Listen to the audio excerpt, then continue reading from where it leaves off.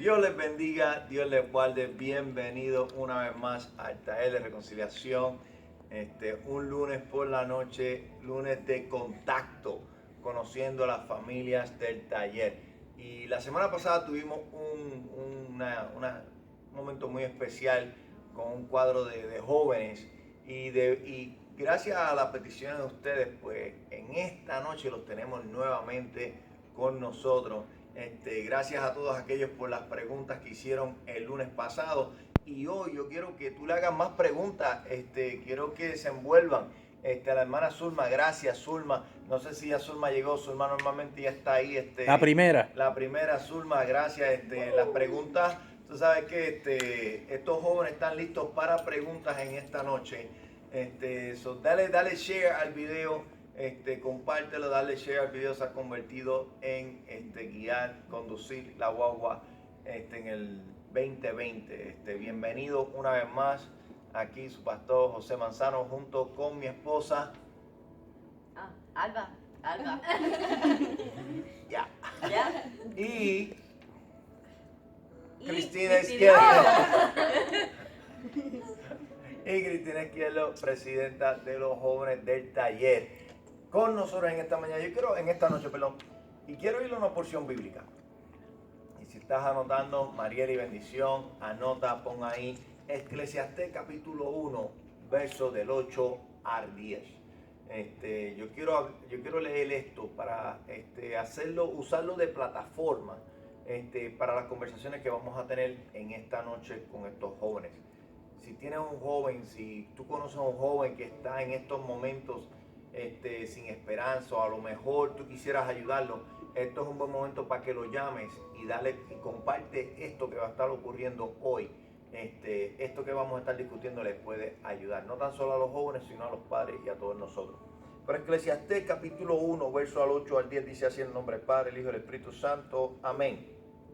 Todas las cosas son fatigosas, más de lo que el hombre puede expresar. O sea, bien, nunca se sacia el ojo de ver, ni el oído de oír. ¿Qué es lo que fue? Lo mismo que será. ¿Qué es lo que ha sido hecho? Lo mismo que se hará, y nada hay, escúchame bien, y nada hay nuevo debajo del sol. ¿Hay algo de que se puede decir? He aquí, esto es nuevo, ya fue en los siglos que nos han precedido. Yes. No me confié, pensé que lo había leído mal. Pero mira qué interesante. Hay algo que Eclesiastés, el rey Salomón, se da de cuenta. Esto es un rey que de momento dijo, yo quiero conocer el propósito de la vida, yo quiero saber por qué estoy aquí, cuál es el significado de la existencia. Si no has leído el libro de Eclesiastés, te lo recomiendo junto con Proverbios. Son los libros que más te van a guiar y a conducir en esto de la sabiduría. Pero él hace una pregunta y él dice, el ojo no se sacia de ver y el oído de escuchar. La semana pasada los jóvenes nos dieron una tarea y ellos quieren que esta generación, la generación, vamos a poner así, de los 30, 40, 50, papi y mami, vamos a ponerlo así. Ellos dijeron, nos gustaría que nos escucharan. Y en esta noche nosotros vamos a poner el oído a lo que ellos tienen que decir. Pero me llama la atención que muchas veces pensamos que estamos viviendo momentos nuevos y momentos que nunca se habían vivido en nuestra historia. Pero la Biblia dice de otra manera, que lo que estamos viviendo en otros tiempos ya lo ha pasado. ¿Qué hay nuevo en este día? Y así quiero comenzar nuevamente. Bienvenido si nos estás viendo por primera vez.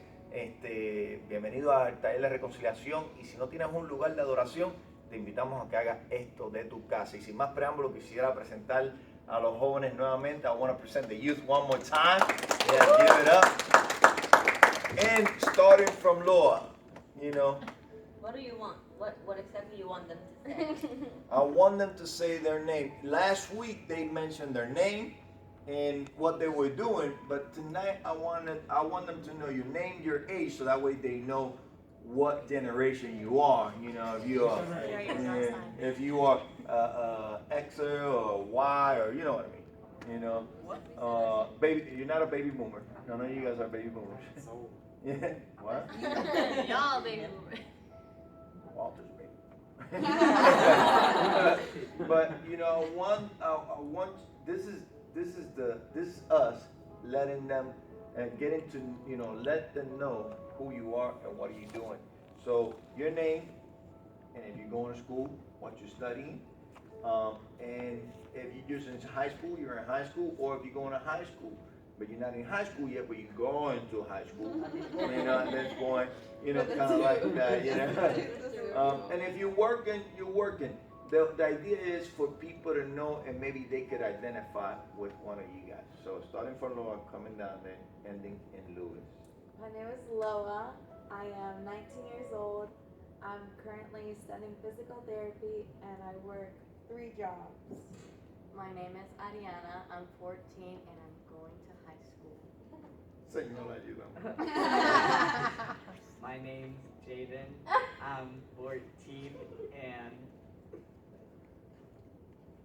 I weightlift. Well, you in middle school. Yeah. What grade you going? 8th grade. All right. Cool deal. I'm Janelle, I'm 18 and I work at Tampa Bay Federal Credit Union. I'm also Ariana, and I am 16, and I'm just going in high school. I'm playing volleyball, and I'm going into 11th grade. So junior in high school. Yes, Cool deal. Hi, I'm still Yeshua. I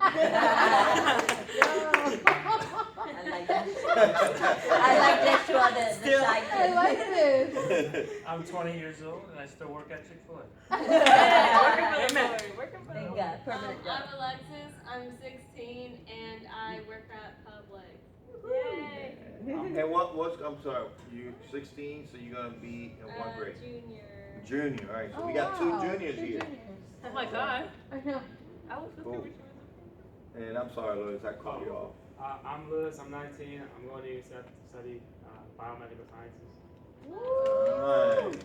And you also work. Yes, I work at Publix. There you go. Thank you so much. Thank you. That's very good. Let me ask you something. How you guys felt last week? Nervous. I mean, I'm still nervous. Why? Tuesday. Why nervous? I know. I just didn't know. Because I don't know who's watching. I don't like being on Hey, mommy. There's a lot of people watching, but more than anything, we want to help and we want them to be encouraged. I want you guys to be used by God tonight to encourage somebody. Maybe someone that, like we heard y vieron que hay un grupo aquí bien diverso. Hay algunos que están en high school, hay otros que están en middle school, hay unos que ya están trabajando, que simplemente se graduaron y rápido se metieron al campo profesional. Del laboratorio. Del laboratorio. La amo. I know, that's what you were thinking. I know you. Yes. Y no se nos puede olvidar, aunque Christy está aquí, ella es la presidenta de los jóvenes, ella va a tener preguntas en este día. Y una de las preguntas que surgió, one of the questions that actually we asked you guys is, Do you want me to translate for you? no, it's okay.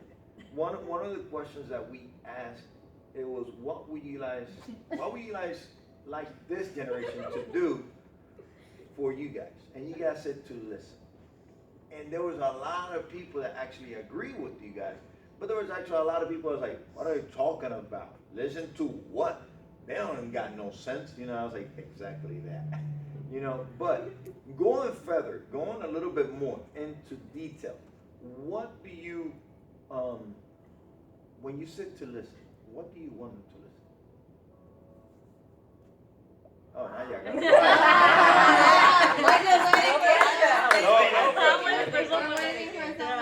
If anybody has an answer, I'm waiting for something to pop in my head. Let me see. If you say this generation, the older generation, one thing that you like, that you would love for them to help you guys is to listen to you guys. What in what sense, and in what topic, and in what matter? Well, we obviously we're humans, So we have emotions and like we have things that we go through by ourselves and on our own. And sometimes we want to like go to someone about it, but like they said, we have no sense. So in that way, it feels like we can't really go to people because we already know what they think of our generation. We already know that they think that we don't have, that we don't may have enough sense or enough common sense to like. So then that's why we keep our mouths shut sometimes. To make the right choices. Yeah. So that's why we keep quiet sometimes instead of go and ask for the advice. Okay.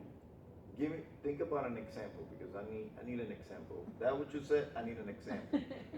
For me, sometimes I feel like it's responsibility. Like a lot of times I feel some people just limit you to a certain age, or just because you are the age that you are, it's like you act that way. But in reality, there's some people that do actually act mature for their age. There are some that are immature for their age, but sorry, Pastor. Thank you.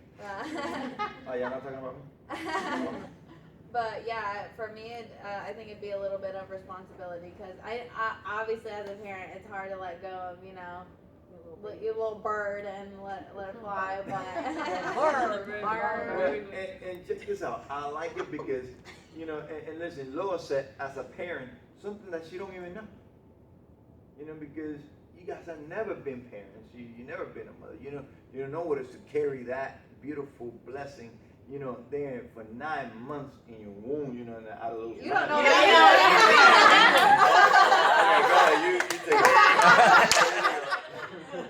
You take over. You were pregnant in the womb. Check it out. Check it out. I don't know what it is to have it in the womb. But what I mean is, sometimes when we express ourselves, we're doing the same thing that we criticize others because we're talking about something that we don't even have no idea. Now, when we read that Bible, the verse today, Eclesiastés, vamos de, soy en Spanish para que no me esté relajando el acento. Chapter 1, it says that there's nothing new. Now, obviously, they're not talking about cell phones. They're not talking about cars. Obviously, those when he wrote that, there was not such things as a Ford or a Toyota. They had horses. Now, what they're saying is there was a mean of transportation. They were able to move back and forth, and we're able to move back and forth. There were accidents then. There are accidents now. There was sickness then. There's sickness now. There's people that are that are confronted by injustice. There was that then and this now. So really, sometimes we're looking for something. The Bible says that we don't get tired of wanting to see more and actually to listen to more. What we come about, we want to, and I ask you for an example, because I have one of my favorite books in the Bible, it's Titus. Tito en español, aquellos que conocen a Tito, no love for Tito. Tito ain't getting no love in the Bible. People like, Titus, really? It's only, most of the Bibles, no, it's like, that's in there? But in la epístola de Tito, the Apostle Paul says, for the elder to show the young, in that gap. How do you see that duty of an elder showing you guys how to do something? Do you guys see that necessary, or do you guys say, no, they're not going to do it. They won't know what to do with me? Anybody? I feel like it's like the Karate Kid, Yeah. Explain. Well, because everybody's seen the Karate Kid, hopefully. You recommend it. Yeah. But when he was coaching his young pupil, he was very impatient. He felt like everything that he was being taught was like pointless. It didn't have anything to do specifically like with karate per se, or it seemed pointless from his perspective because he just wanted to get into it. Come on now, you go somewhere. But obviously his master he's the master, and his teacher would know more than the boy would, so he knew that behind everything that he was teaching his kid there was a purpose. So now, and I love that you're using the movies because I love movies. That's a movie from my time. Mine too. Jake My said. time. Yeah, Yeah, I got the Will Jason. Smith, you Yeah. know, Jackie Chan Karate Kid. You know? Jackie Chan. Yeah, whatever. Jackie Chan. That's me, that's everybody. Jackie Except Chan. me, Puerto Rico 101. You know, but in both movies, you see something from the youth. What do you see? Impatience. Yeah. Yeah. And we all been there. Now, Jen, what can you tell them about being impatient?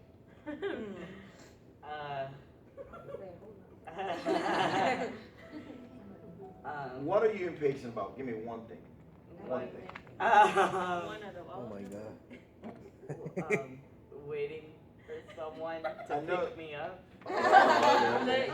To go weightlift? He'll call you Sometimes 5 it's times. or like to go here or something. All right, let me ask you something. How many of you guys have petitions into God? Like you guys got a petition. You know what, God? I'm asking you for a miracle. I'm asking you for something. There you go. Now. I want to know those miracles. Wow, viste, le gusta el oído, viste. You want me to listen? Because certain Now, things. how many of you guys have received some of the stuff that you guys have prayed for? How long did it take for that one thing that you got? 3 months. 3 months? Was that Louis? Yeah. Yeah. Really? There you go. Yeah. I know that story. So you were praying for. No, I wasn't praying for specifically someone, but okay, so The right one. yeah, the right one mostly because I've never been one to, if somebody likes me or fancies me, I know what I want basically, like I know what I want, and so I had kind of been praying for a little bit, and then I was like, you know what, Lord, I'm gonna put you first, and whatever you have for me, let that follow. And also because my mom, she's divorced and a single mom, and so is her mom, so I was like, oh, it's same thing, waiting for me. So I was like, I really want something different, to break those generational cycles or whatever. Anyway, Generational cycle over generational curse. So I want to experience that and everything, and so even though I was like 16, I first and foremost put God before anything else. I was like, my mom taught me, she said, the verse where it says put him and his kingdom or before you, and everything will follow. Yeah, so that's what I did, and lo and behold, Now, that's one that you received. yeah. How many, if you could say, you got many that you have not received? Yeah. And that impatience. What do you do? And this is for all you guys. What do you guys do to calm that impatience?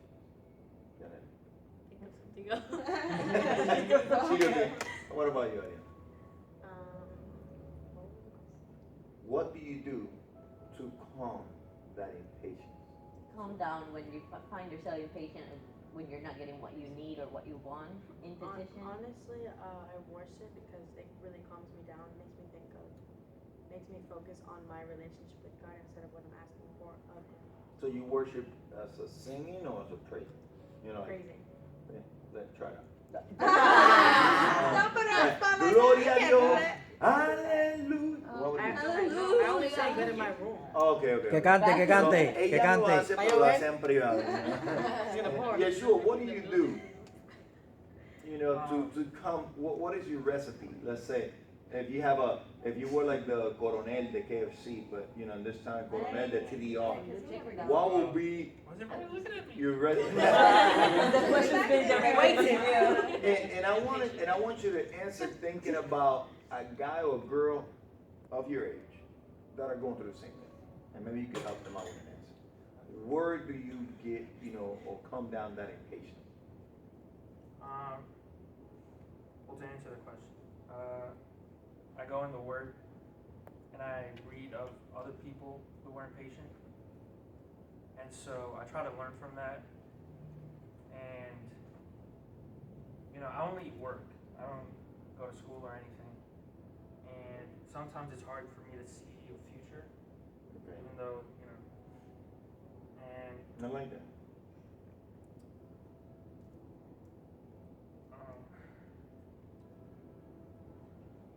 you know, even though I may not see anything yet, like I said, I look back on these people that were also impatient, and you know, exactly, yeah. You know, it gives me hope in times of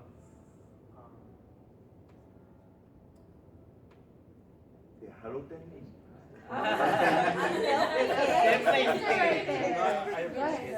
appreciate the help. That's all.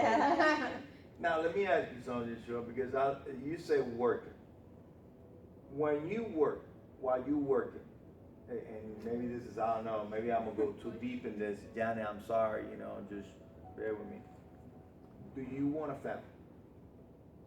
Are you ever thinking about a wife, having kids and all that stuff? How old are you now? 20. 20. You know, see, you know my story, right? You know our story, right, Yeshua? Yes. You know, you want me to tell? He's heard it like, Ustedes conocen mi historia. he's heard it for like 18 years. You know, and I want to do this because I want to encourage you. You know, there was a day like any other day that, you know, life just brought this beautiful lady to my life. And I was at work, you know, and I hear you and I want to thank you for your honesty. Hay momentos en que, y les digo, y esto pasó una vez con mi hija mayor, Janely, que está aquí, le preguntaban cuando se iba a graduar de la universidad, porque una de las cosas que a veces hacemos es que le ponemos una presión tan fuerte al joven de dirección que ellos no en verdad no saben qué quieren hacer. Y lamentablemente, si usted mira las estadísticas, más de un 80% de los jóvenes que estudian y se gradúan no ejercen aquello lo que estudiaron. Invirtieron una cantidad bastante considerada, algunos son de 40,000, a otros son $80,000 por unos estudios los cuales lamentablemente la mayoría no está ejerciendo. Muchas veces por la demanda y otras veces porque encontraron otra profesión en la que se podían desarrollar. Pero lo que digo es que yo me acuerdo en mis tiempos que yo sabía lo que no quería hacer. Créanmelo, yo no quería ser policía, no quería ser bombero, yo no quería ser mecánico, nada de eso quería hacer. Ahora, tenía problemas con el hecho de que I had issues. What do I really want to do? Trust me, pastor was not in the list. El ser pastor no estaba en la lista. Pero quiero darte, I want to encourage you because quiero darte aliento. You know, when you wait, while you're waiting, God is working. And don't ever underestimate that you are working right now and you're not going to school, because God could turn things around for His good, for His kingdom. And I'll give you one advice. I saw her because somebody else told me, look at the girls in row 4. So,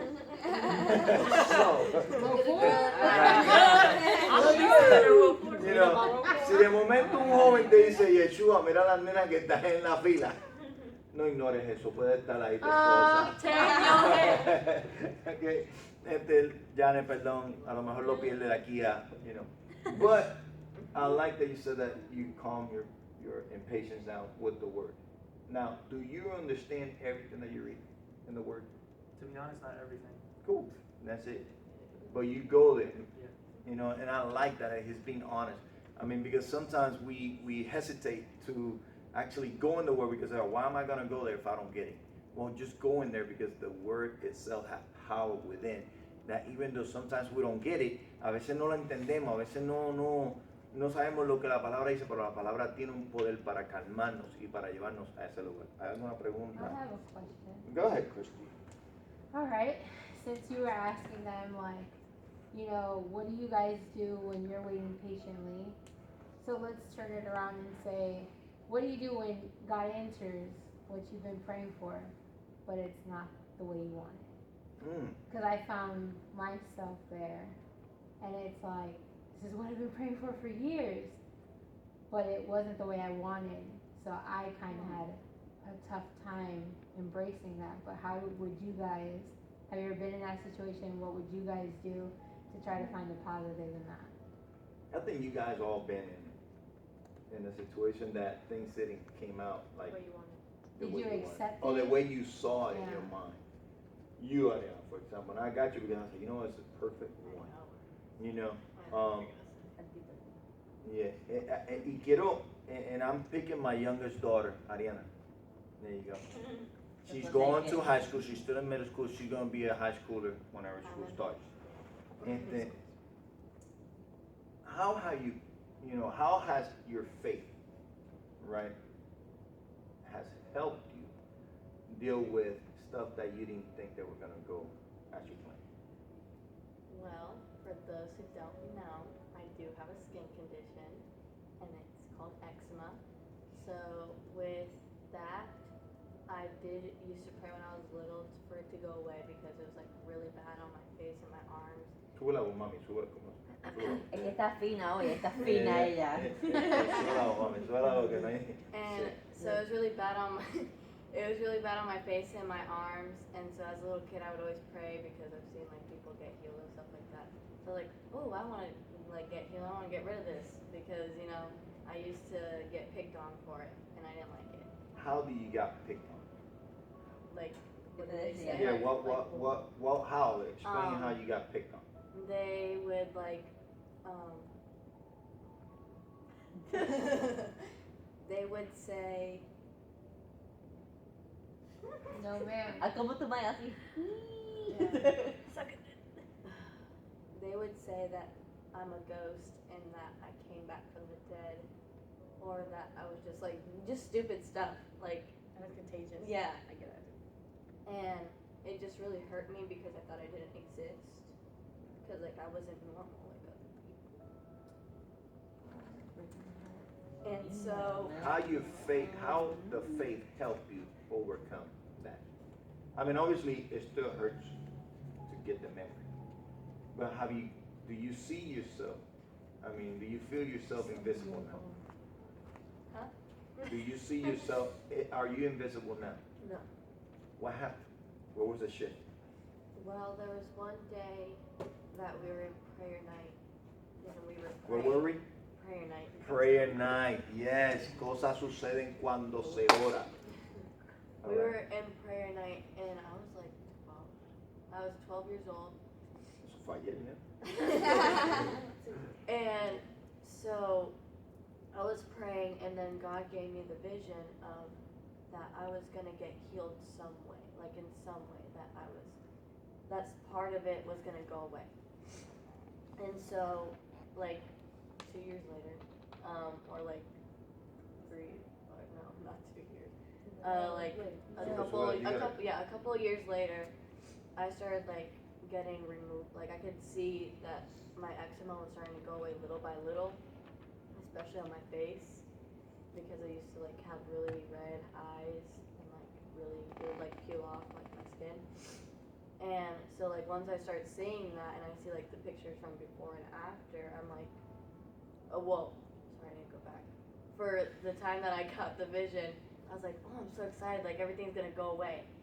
And then when I start getting it, I'm like, oh my god, like it's happening. But there's also times where I was like, I thought it was gonna all go away, because they're still on my arms and I still have like discoloration in some areas because of it. So I thought, I was gonna like get it all gone, but I'm still grateful for everything that I did get, which you can barely see that I have eczema. Not really. I never got picked on for it anymore because no one really knows anymore. So yeah. Oh, I have a question. Not a question. I want to provoke something. Okay. So would you say that the faith of others helped you believe that you could get that miracle? Because I remember one day when we went to the doctor, the dermatologist. She was tiny. She was little, but oh my god. She got the evangelical from somewhere. And the doctor said something that really It hurt my ear. bothered you, but at the same time it triggered something else. So say a little bit about that. Okay, so I was at the dermatologist. Duro, nena, habla duro. I was at the dermatologist, and the doctor said that my eczema would be like long lasting, like Lifetime. like my entire life I would have it. I got pretty upset. I was like, when she left the room, I told my mom, Mommy, ella no cree en Dios. El Señor es verdad, el diablo, eso no es verdad. And then so my mom starts laughing. I'm like, it's not funny. I'm like, I'm serious. Like she needs Jesus. And she was like maybe 6. I was like, yeah. But I think, you know, learning from other people's faith that, you know, it's not, you know, like I told her, it's not, the doctor has to tell you what's her diagnosis after she examines you. But, you know, we always have that hope that God can heal. If He wants to heal, let His will be done. And obviously someone installed that in her that at that young age, she was able to be like, that doctor don't know what she's talking about. Well, she might know what she's talking about. However, we continue to, you know, believe that God can do it. And, and that kind of impressed me. It made me laugh a whole lot. Now, with all that, go ahead. Can I have a crack at Christy's question? Of course. Oh, yeah. Alright. Come on. Please. So, you know, most of my life, going to youth camps and stuff, I always wondered, what's God gonna call me for? You know, what am I gonna do? And you know, it's every expectation that, you know, sometimes I didn't get that answer, and it's like, well, maybe He doesn't have anything for me. That's not true. And so I always ask myself that question: what is it that God has for me? And so when He told me that I was going to be a leader and I was going to preach His word, that I'm a prophet of His word, I just couldn't believe it. Because knowing me, I'm not one to talk, to go up on stage. You heard it. Amen. What'd you say? What'd you say? Oh no, I was like, well, yeah. And yeah, I just didn't like being around people. And so when I got that calling, it was like, God, are you sure about that? Do you know what triggered that? And I want to speak to you guys because I like what he says in the sense that he's been very honest. It's like, I didn't like to be around people.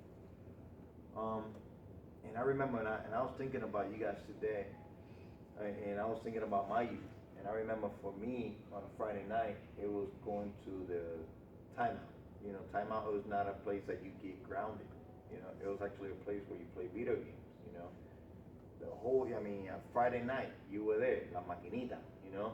We worked for quarters, man. That's what we